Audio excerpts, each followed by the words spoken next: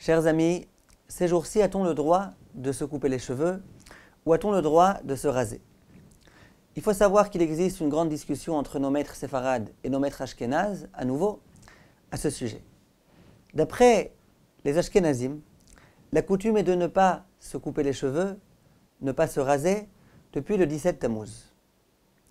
La coutume séfarade est qu'on a le droit de se couper les cheveux et de se raser jusqu'à Shavua Shechal Bo Tisha B'Av, à savoir jusqu'au samedi soir qui précède le jour de Tisha B'Av, le jour du 9 Av. Voilà la halakha donc déjà dans les grandes lignes. A-t-on le droit de couper les cheveux à des enfants? Disent les décisionnaires que les adultes n'ont pas le droit de couper les cheveux aux enfants, pendant la période où les adultes eux-mêmes n'auraient pas le droit de se couper les cheveux. Que se passe-t-il lorsque des parents ont la coutume de couper les cheveux de leurs enfants au moment où ils arrivent à l'âge de 3 ans, la fameuse coutume qui s'appelle la chalakeh, et voilà que l'anniversaire des 3 ans tombe justement pendant cette période. Les parents ont-ils le droit de couper les cheveux aux enfants à ce moment-là? Disent les décisionnaires que c'est tout à fait autorisé. Les femmes ont-elles le droit de se couper les cheveux durant ces jours-ci? C'est l'objet d'une controverse entre nos maîtres séfarades. Certains autorisent, d'autres interdisent.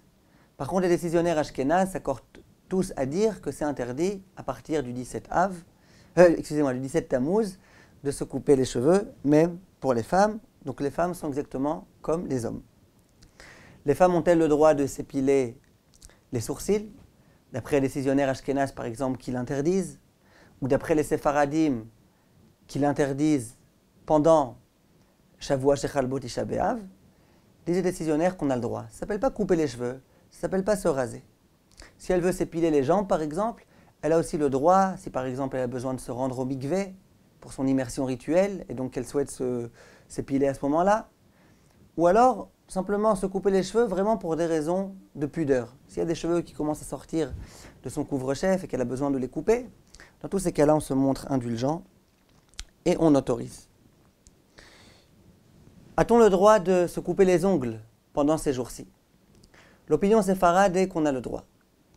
L'opinion ashkénaze est qu'on a le droit jusque Shavua Shechal Bo Tisha B'Av. Ça veut dire qu'à partir de samedi soir, c'est déjà interdit pour les ashkénazim. Alors que pour les séfaradim, même à ce moment-là, c'est autorisé. Je tiens à préciser que le Ben Ishraï, qui est aussi d'accord avec les ashkénazim, et qui dit qu'on a le droit de se couper les ongles que jusqu'à Shavua Shechal Bo Tisha B'Av, mais que pendant Shavua Shechal Bo Tisha B'Av, à savoir à partir de Motsai Shabbat, de samedi soir, c'est interdit de se couper les ongles. Il dit que malgré tout, d'après la Kabbale, c'est gravissime d'avoir les ongles qui sont trop longs et qui dépassent de la pulpe du doigt. Et donc il dit, si jamais ils dépassent, il faut vraiment se montrer indulgent, il ne faut pas commencer à faire preuve de rigueur. Il vaut mieux se reposer sur les décisionnaires séfarades qui disent qu'il n'y a aucun problème de se couper les ongles jusque Tisha B'Av, jusqu'au jour du 9 Av. A-t-on le droit de donner sa perruque à une coiffeuse pour qu'elle lui fasse un shampoing, etc. Disent les décisionnaires que la perruque, on considère ça comme étant un vêtement. A-t-on le droit de laver les vêtements? Ça dépend. D'après les ashkénazim, on a le droit jusqu'à Rosh Chodesh Av et ensuite c'est interdit.